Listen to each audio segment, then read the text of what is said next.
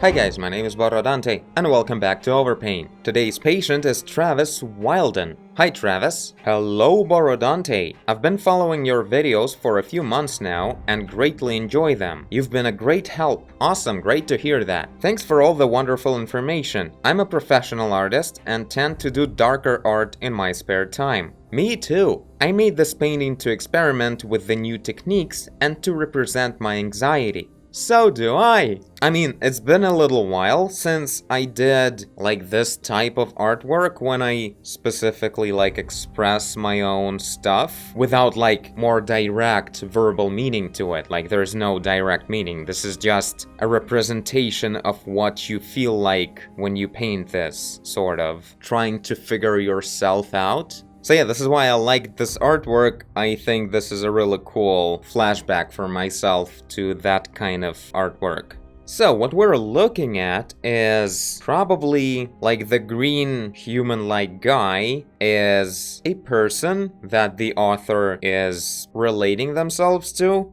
And they are obviously damaged. The neck is literally turned 180 degrees, which they say is painful. There's some serious damage done to the torso as well, and we kind of can see how some kind of spider is showing their frontal legs, sticking out of the holes in between the ribs. And of course, this unknown creature that may represent all kinds of bad stuff. We can definitely tell this is not a positive, strong side of the person. And it's acting as some sort of sticky, gooey, probably heavy parasite. The person is trying to get rid of it, but it doesn't seem like it's gonna be that easy.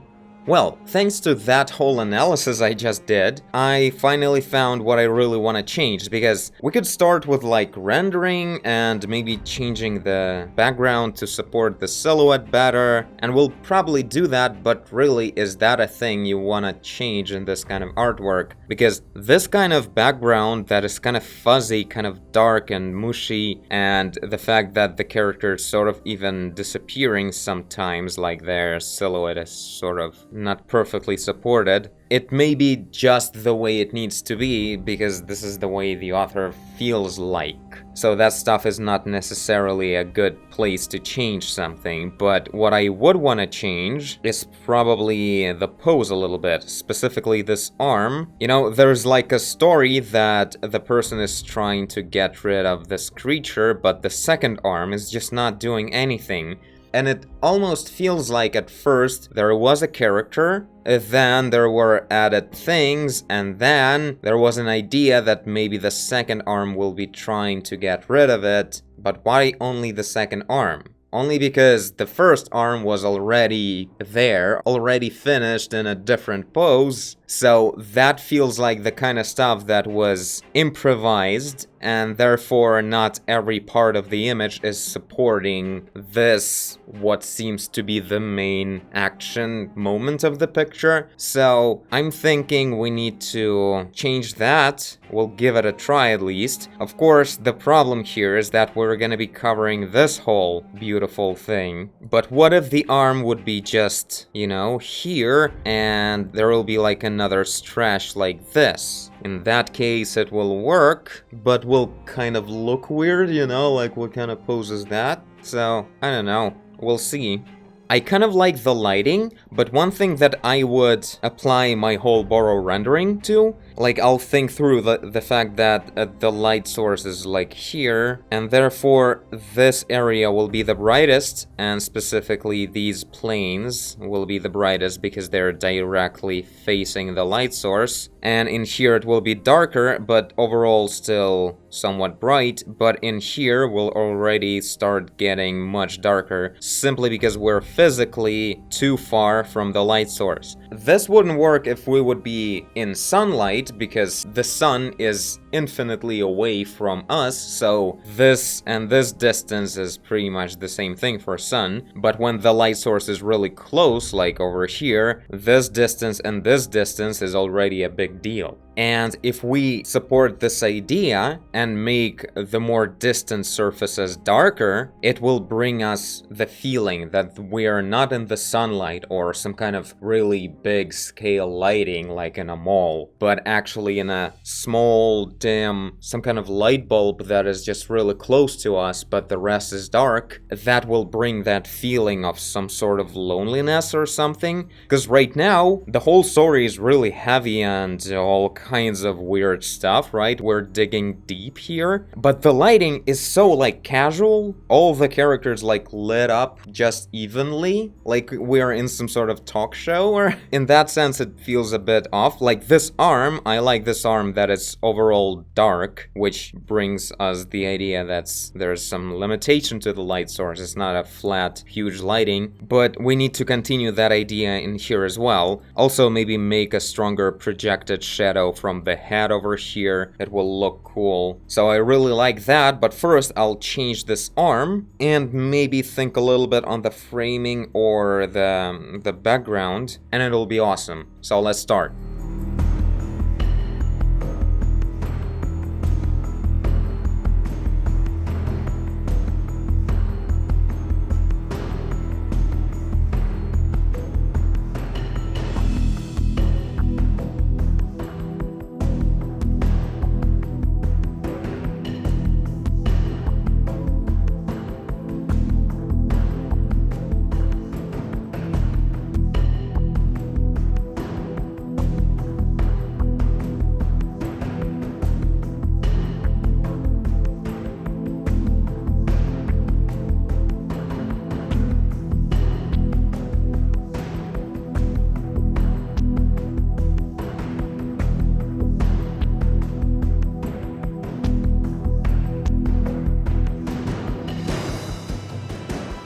Alright, this is what I got so far. So I positioned the arm using just the black silhouette. Well, black. The color of black in the current air perspective. I increased the contrast a bit. The darkest color was much lighter before. I introduced a touch darker black, like this color. It used to be something like this, so I made it darker. So right now, this new arm is almost completely black. This is how I just built it, but really, it's almost gonna stay that color because there's barely any light will be caught with this second arm. Maybe just a little bit in here and that's it.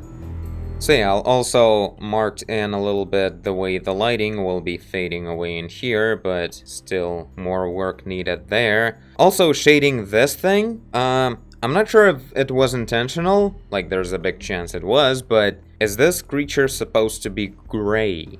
Or is it supposed to be black, but it's just that the author really wanted to show more detail, that's why the creature became lighter. But I mean, gray is maybe even creepier than black, because black is too, like, yeah, we get it, the black thing. But when it's gray, it's like, oh god, it's not even trying to be scary, it just is scary. There's something fresh about the fact that it's not the typical black thing. So yeah, I'm overall keeping it the same, made the highlights a bit more specific, and here it's like all the materials are the same on everything except for these spider legs right there. They're shiny. Everything else is just shaded in average way. So what I'm doing is I'm introducing some actual wet highlights to this creature, and I think it's working pretty cool. Actually more interesting when it's actually with highlight, and without it it's much more boring. It's like everything is just of paper kind of material, and this way it's like two different things, and this one is actually shining. You can see that you're looking at materials, not just graphics. So yeah, I'll continue thinking through the lighting. Pretty much that's all we have left to do. I did the background a bit more locally lit to support the idea of a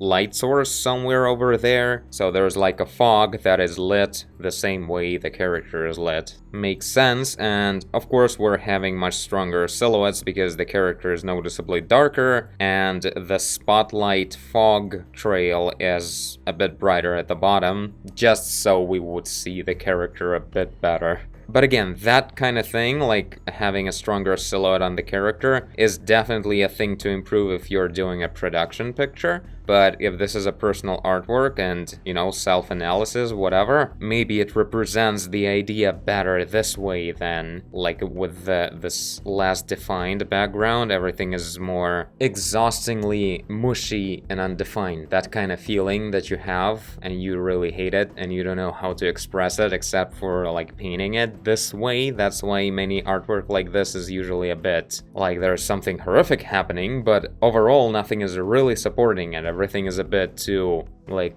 this, you can't even say it, like, it's just this, you know?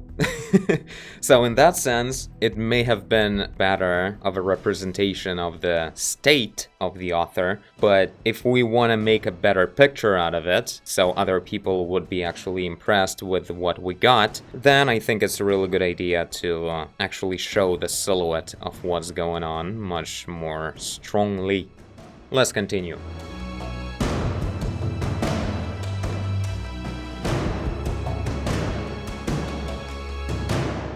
Also, adjusting the shape of this stretch, like making it a bit more narrow in the middle to actually show the physics of stretching. It feels a lot more like there's actual stress on the material going on than when it's like this. It may have been just a ribbon of sorts that he just raised, and this way it's really looking like it's stretched for real.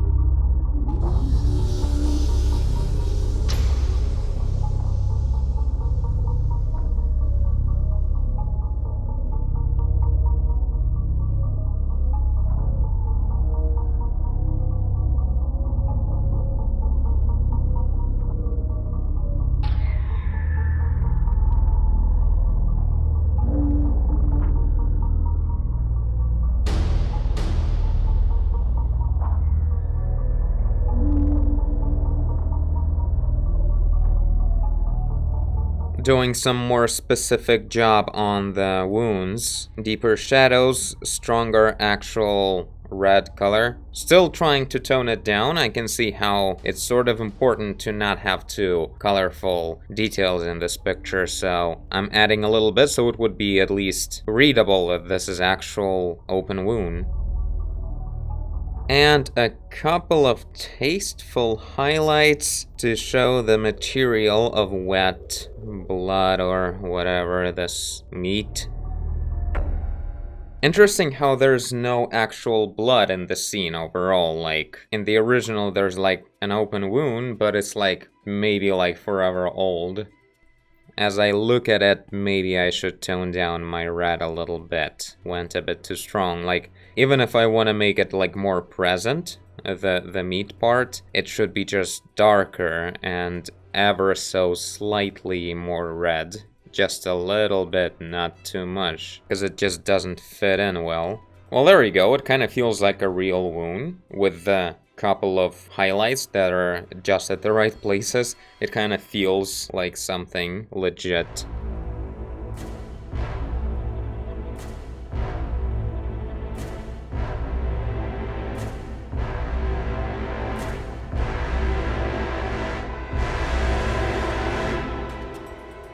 Well, you know what? There we go, actually. I kind of like it as it is now. One thing I would add as an advice, looking up more anatomy references. That's always a good idea, and for this picture I think it would really be important for the success. I did a couple of fixes on the armpits, I think. Made a bit like stronger this line, introduced some of the things in here, but obviously there could be much more definition on the torso if I would be looking up references, but I don't know. It's the first video in a while I'm making, so I'm taking it easy.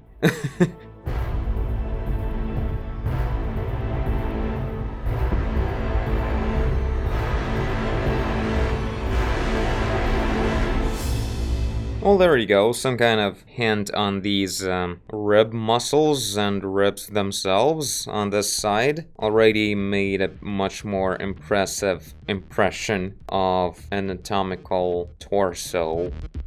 But of course, all of this is coming from my memory, which is a horrible way to draw. Stuff like anatomy, at least. Yeah, there we go. You see, adding these specific shading movements on the anatomical details, like little muscles and whatever, makes it so much more impressive. It's like an actual painting, some kind of classical feel to it. Oh yeah, this is a pretty cool progress, actually, that I did in the last moment. Alright, so yeah, a huge difference. Of course, by default I went a lot more higher contrast and more dynamic feel to it, even though the scene is pretty much the same. It's just much more present, much more legit, like real wound in the middle of the torso, and these dynamic, strong, even though like pretty tiny muscle details really make things a lot more dynamic. And overall the character looks a lot more ripped than what it used to be, but I don't know, it seems kind of appropriate. Overall, the person is skinny. Whatever muscles they have, they will probably have them pretty obvious. Not sure about this reflected light I did on the head. A bit too strong and too saturated. There's nothing so saturated in the picture as this one spot. Makes little sense. So, something like that. One little thing, since we did this arm on the left sticking out, we probably want to move the picture a bit to the right like this. So now we have it moved to the right a little bit, and I think it feels a lot more balanced. Really cool. Thank you, Travis, for your submission. This was a lot of fun to make an overpaint for a picture of this kind of self-analysis, self-therapy genre that I used to be doing a lot back in the day, a long time before YouTube. And yeah, I wish I would be able to also do this kind of level of artwork back then, so my self-interpretation would look a bit more serious. I guess that's the word. It really feels much more satisfying in a way, so people wouldn't just look at your mistakes as an artist, but actually see what you mean. So yeah, in the end of the day, no matter what genre you have going on, it's always good to have as good of a skill as you can. If any of you guys want me to overpaint your picture like this, the link to my Patreon page is in the end of this video. You become my patron, submit the picture in the community tab, and I will read your message and overpaint the picture. But for now, this is it. Thanks for watching, and I'll see you guys in the next one. Bye! Really cool. I was actually seriously holding back my desire, as usual, to make like a very strong contrast. It kind of works really well, I think, really fitting for this picture to have this air perspective, even on the character that is standing exactly in front of us, instead of having like this dark of a shadow. It would work, but this way, it's its own thing, so it's really cool.